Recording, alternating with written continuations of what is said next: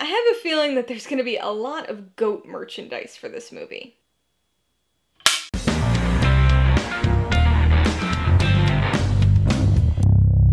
Hey everybody, welcome to Mainly Movies. Today I'm going to be talking about the 29th film in the MCU, Marvel's 2022 superhero action sequel, Thor: Love and Thunder.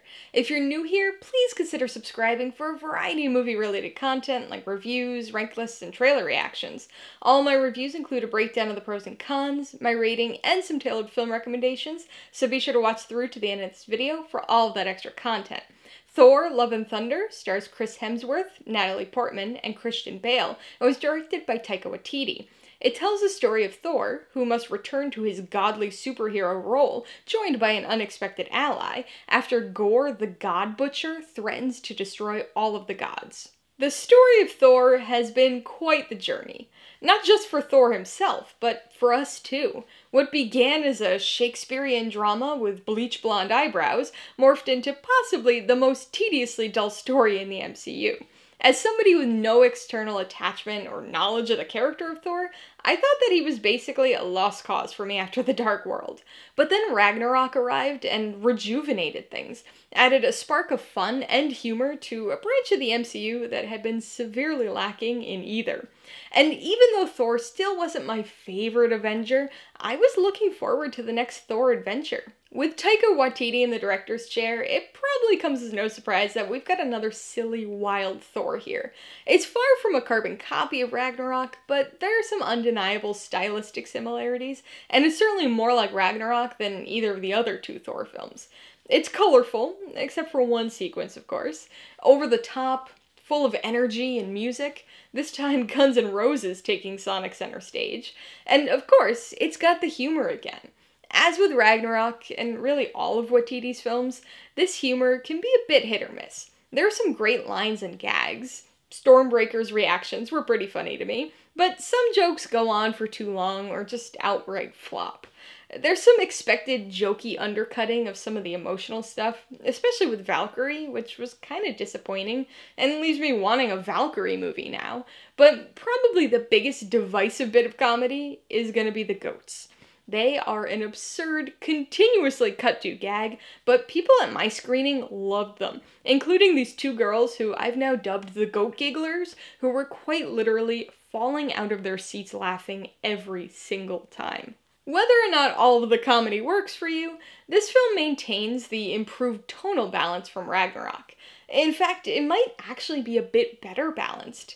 There are still some outrageously fun scenes, and some really impressive action sequences, but apart from the supremely over-the-top opening scenes, I'd say the fun is dialed back just a hair here, which allows for better integration with the increased thematic darkness and heft. This movie dives deep into loss, and the different trajectories someone can take after experiencing that loss. It also touches on some unexpected theological elements, though I suppose it shouldn't have been too unexpected, considering the villain is literally called Gorr the God Butcher. As with most MCU villains, he's a bit underused, but adds nicely to the themes and provides some contrast for the humor present in the story. Thor Ragnarok was a complete 180 for the Thor franchise, in a lot of ways, but there is one thing that all three of the first Thors shared, and that was the divided focus of their stories. All of them were spread across the cosmic plane, so that's understandable to a certain degree. Part of each of these stories was on Earth, part on Asgard, or someplace else in the Nine Realms, but the continuous cuts back and forth between those locations just never felt right. It always felt like there were two or more separate stories that eventually met in kind of a forced way. Love and Thunder is the first Thor where the bulk of the story actually felt cohesive. It's partly on Earth, partly on a cosmic journey through space, but the plot and the goals all felt like they were serving a single united story.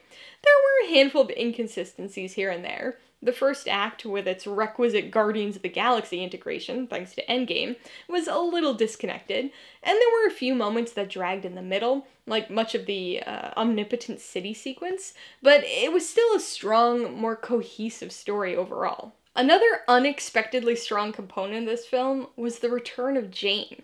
After her somewhat inexplicable absence from Ragnarok, she returns to star in a third Thor film, and this is definitely her best appearance yet. As somebody who doesn't read the comics, I was very surprised, confused, and intrigued when I saw her in the trailers. But having now seen the film, I like how they reintegrated her character, and I think it really works. As the mighty Thor, she plays a much more central role in the story, and this is easily the most enthused Natalie Portman has ever looked playing this character. Jane's reintroduction also leads to some expected complications between her and Thor, but what was not expected was the amount of chemistry between these two characters. Finally! This is definitely the most chemistry they've ever had in the series. It's surprisingly heartfelt and emotional at times, adding yet another tonal layer to perhaps the most well-balanced Thor film yet.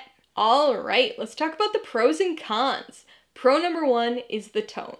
This is a shared pro between this film and Ragnarok, and although there are some definite tonal similarities between the two films, I think this movie carves out its own unique niche within the franchise.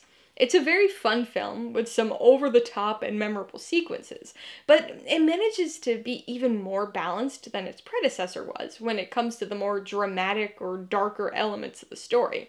This has a lot of comedy, but it also has some thematic heft to it, and a story that touches on more emotions than really any of the previous Thor films have. The second pro is Jane, and I gotta say, I'm a little surprised to be saying that.